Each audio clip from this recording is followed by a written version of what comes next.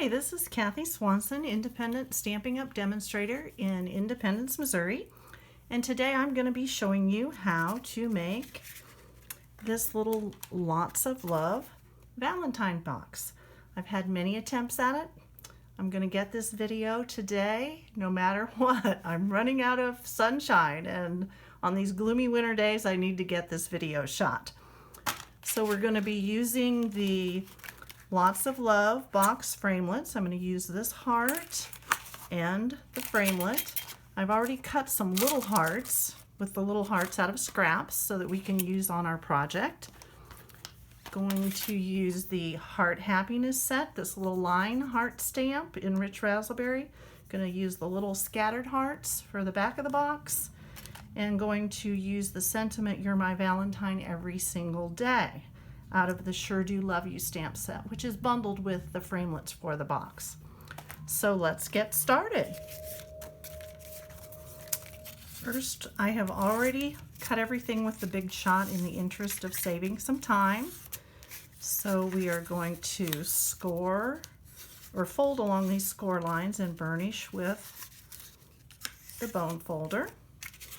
These are such nice score lines that you get with this set of framelits.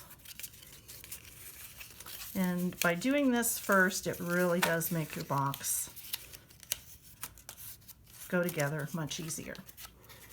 You can actually get a box and a half out of a sheet of cardstock. So let's pretend here's your 8.5 by 11 piece of cardstock. You're going to cut off a piece at the 6.5 inch mark, and then cut that piece in half at 4 1/4, and that will make enough for one box. And then your leftover piece is wide enough to get half of another box. So out of 2 sheets of cardstock, you can actually get 3 of these boxes. And this is when you need to determine what's going to be your front and your back. Each one of these little ends is going to close, form a closure. And I kind of like the idea of my box closing away from me. I mean, that's just personal preference. So this is going to be my back, and this is the piece I'm going to decorate with the little hearts. So we're going to take that little heart stamp and my well-loved Rich Razzleberry stamp pad. Can you tell it's one of my favorite colors? And we're just going to start randomly stamping across the back of the box. And you know, this stamp does interlock pretty well, but there's no real rules in random stamping. And if you get off a little bit on the flaps of your paper, those are going to be covered up by the flaps on the front of your box.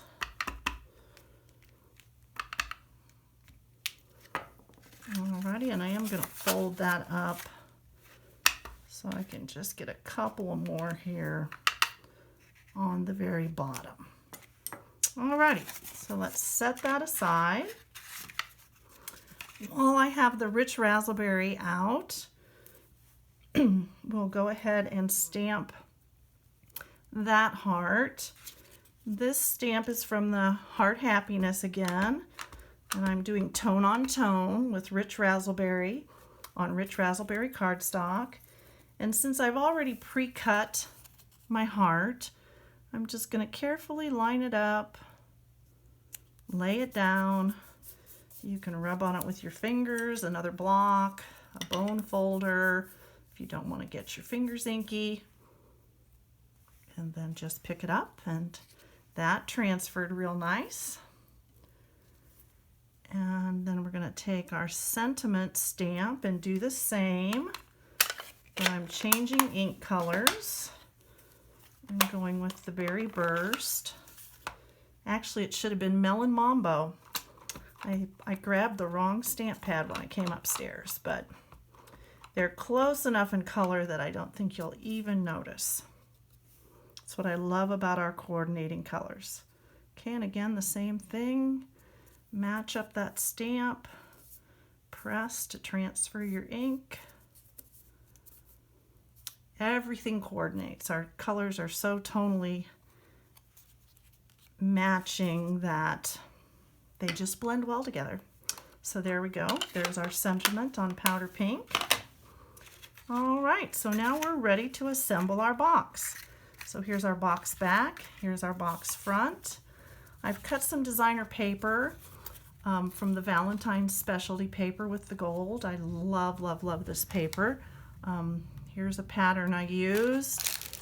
Here's another pattern I used. I've made many of these boxes trying to get this video shot. So we're going to use this piece. This piece has more of the powder pink, so I think it clashes a little bit. So we're going to go with this piece here. And I'm going to use Tombow, or I guess we could go with that side. I like the gold though. Let's have some gold show on this box. And I try to tell my customers when they use Tombow, just pretend you're writing with it. Just draw a little bead about a 1/2 inch from the side of your paper, and that way it won't squeeze out when you adhere it. So I'm just going to center this paper. You do have some wiggle room when you're using Tombow. So just kind of center that in between those score lines and press lightly. And then when you know for sure that you have it where you want it, then you can press a little harder. And this is when sometimes you have that little Tombow squeak out of your edges. That's why it's a good idea not to use too much, and you'll avoid that problem.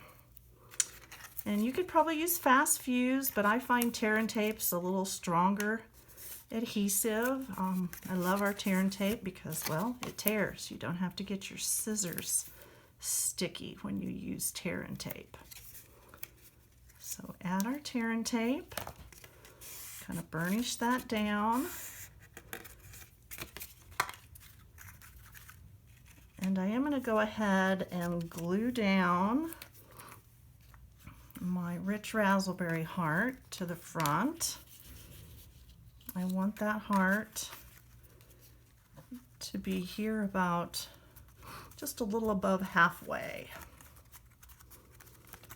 Okay, so now we're ready to assemble our box. I'm going to remove the Tear and Tape. This is always the fun part, getting that little edge to start. Okay, so again, this is the top of our box, this is the bottom of our box. And we want this side to be the outside edge. So we're going to line it up on the edge and with those score lines at the top. And press. Then we're going to go and do the other side. I wouldn't try to get crafty and do both, take the Tear and Tape off both sides. I would wait and do that after you have one side affixed. And same thing, I apologize for my light. It is a winter gloomy day. Okay, so there we go. Got our box together. So now we can finish decorating.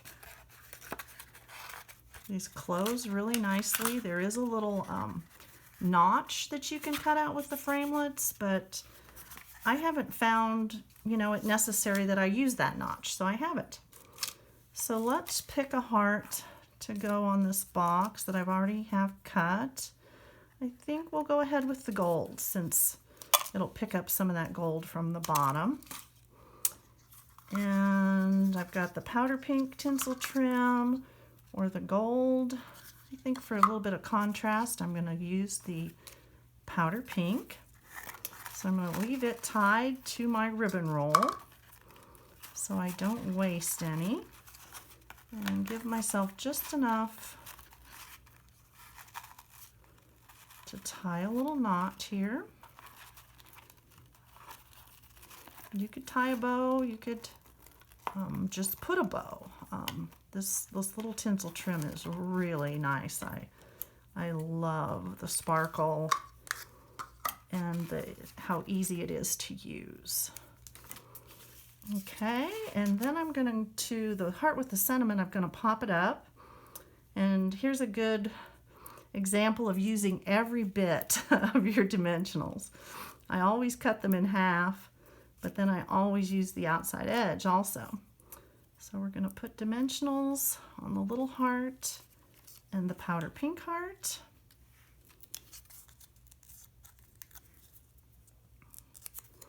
We're going to pop this powder pink heart over to the other side and a little bit offset.